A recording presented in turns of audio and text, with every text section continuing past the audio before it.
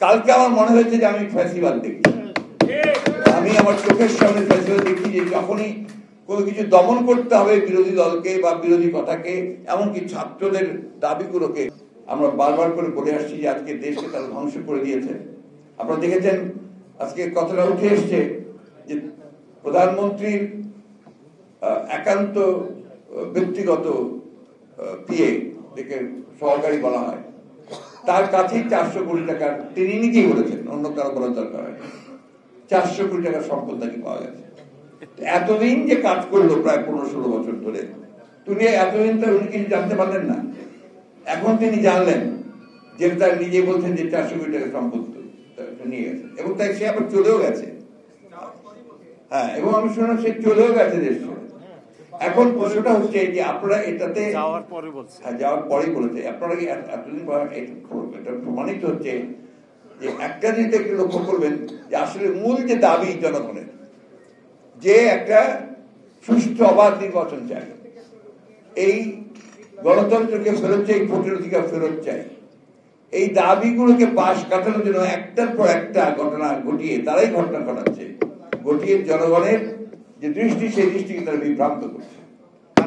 আজকে এই বিষয়টা আমাদের মাথার মধ্যে রেখে আমাদের যে মূল যে জনগণের যে সমস্যা, সেই সমস্যাটা হচ্ছে আমরা একটা সুষ্ঠু জবাবদিহিমূলক একটা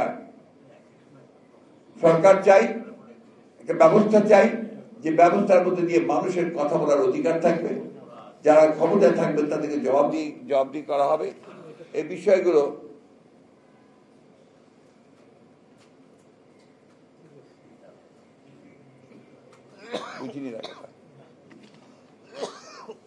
তার জবাবদিহিমূলক আপনার ব্যবস্থা থাকবে এবং সেখানে জনগণ তাদের কথা বলতে পারবে। বন্ধুগণ, বক্তব্য দীর্ঘ করবো না, শুধু কথা বলি, একটা কঠিন সময় আমরা অতিক্রম করছি। এই সময়ে যদি আমরা রুখে দাঁড়াতে না পারি, এই সময়গুলো যদি আমরা রুখে দাঁড়াতে না পারি, তাহলে আমাদের দেশের জাতির অস্তিত্ব বিপন্ন হয়ে পড়বে। আমরা বরাবরই বলছি, আওয়ামী লীগ এখন আর সেই আওয়ামী লীগ নেই। আওয়ামী লীগ এখন একটা সম্পূর্ণ দেউলিয়া একটা রাজনৈতিক দলে পরিণত হয়েছে।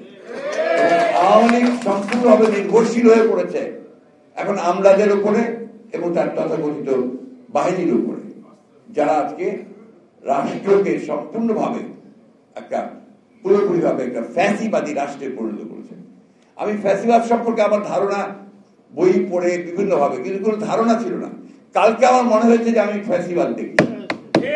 আমি আমার চোখের সামনে ফ্যাসিবাদ দেখি যে যখনই কোনো কিছু দমন করতে হবে বিরোধী দলকে বা বিরোধী কথাকে, এমনকি ছাত্রদের দাবিগুলোকে, তখন এইভাবে তাদের দলের বিভিন্ন লোকজনদেরকে দিয়ে, সন্ত্রাসীদেরকে দিয়ে তাদেরকে লেলিয়ে দেওয়া, তাদেরকে আমরা পুরোপুরিভাবে স্তব্ধ করে দেওয়ার চেষ্টা করা, এটা হচ্ছে সত্যিকার অর্থেই ফ্যাসিবাদ।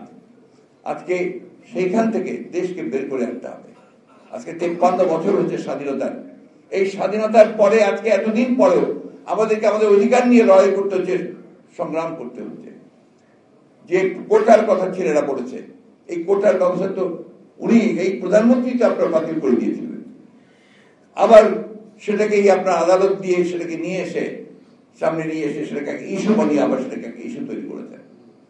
দুর্ভাগ্য আমাদের যে আজকে আদালতকে ব্যবহার করা হচ্ছে তাদের শাসনকে স্থায়ী করে রাখবার জন্য। এই কথাটা আমরা বহুবার বলেছি এবং সেই জন্য আমাদেরকে বিভিন্নভাবে কথা বলা হচ্ছে।